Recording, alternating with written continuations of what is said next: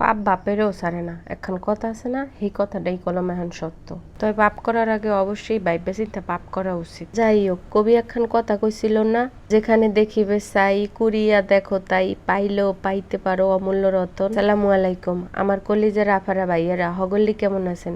মুইও আলহামদুলিল্লাহ অনেক ভালো আছি। মুই কলম আজগো অমূল্য রতনই পাইয়া গেছি। এইটা কি হেতো দেখকেই বুঝতে পারছেন, এইটা হইলো কাঁঠালের মোতা। মোরা বরিশাল্লারা এইটারে কাঁঠালের মোতা কই। এখন আমেরা কি কন হ্যাঁ তো মুই জানি না, তো অবশ্যই মোরে জানাইবেন। যারা মোল্লাহান কাঁঠাল খাইতে খাইতে একবারে অসহ্য হইয়া গেছেন, হ্যাগো লইগা এইটা খুব উপকারী। জামাই ঘরে যদি কাঁঠাল আনে হেলে কাঁঠাল ফালাই দিবেন, কিন্তু বাইঙ্গে ফালাইবেন, কারণ না বাংলে তো আর কাঁঠালের মোতাটা পাওয়া যাইবে না। এইটা অবশ্যই রাখতে হইবে। এরপর আমার মতো ঠুস কইরা ভর্তা বানাইয়া খাইয়া হালাইবেন। মুই তো এখন এই ভর্তা খাওয়ানোর লেগা কাঁঠাল কইয়া কইয়া আনাই। আগে তো কাঁঠাল দেখলেই মোর মাথা নষ্ট হয়ে যাইতে, কিন্তু এখন এই ভর্তা খাওয়ার লাগিয়া কাঁঠাল আনতে কই। যাই হোক, মুই কাঁঠালের মোতাটারে আগে চুইল্লা লইছি। এরপর ছোট ছোট কইরা কাইটটা গরম পানির মধ্যে দিয়া হলুদ আর নুন দিয়া হিজাইয়া লইছি। একটু গটগট করছে পরে পানিটা ছিটকে হালাইলাম। কাঁঠালের মোতাটা কিন্তু অনেক নরম থাকে, এইটা হিজাইতে বেশি সময় লাগে না।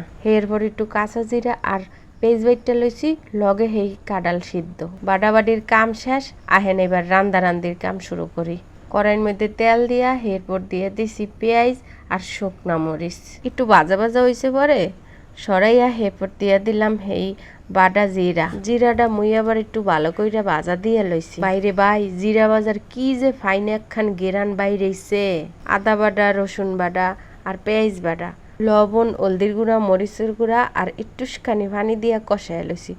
এরপর দিয়ে দিলাম একটুখানি গরম মশলার গুঁড়া। ও মা, সবই তো দেওয়া হয়েছে, আসল জিনিস তো দিলাম না। হ্যাঁ, এইবার দিয়ে দিছি আসল জিনিস, এই কাঁঠালের মোতা বাটাটা। এখন একটু লাইটা সিটা ভালো করে একটু ভাজা ভাজা করে লইছি।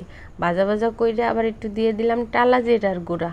এরপর লাইটা সিটা একটুখানি ফাঁক করে হেয়ার মধ্যে দিয়ে দিলাম একটু হরুর তেল। হরুর তেলের মধ্যে দুগ্গা গরম মশলা দিয়ে দিলাম, এই এলাচি আর একটু দারচিনি, বেশি না অল্প একটু। শেষকালে এইরকমের কইরা গরম মশলা দিলে খুব সুন্দর একটা ঘেরান। এখন একবারে কড়া কইরা ভাজা ভাজা কইরা লইছি, দেখেন একদম রেডি। গরম ভাতের লগে গরম গরম খাইতে কিন্তু অসম্ভব স্বাদ হইছে। তাই হোক, সকলটি ভালো থাকেন। আজ এ পর্যন্তই, আল্লাহ হাফেজ।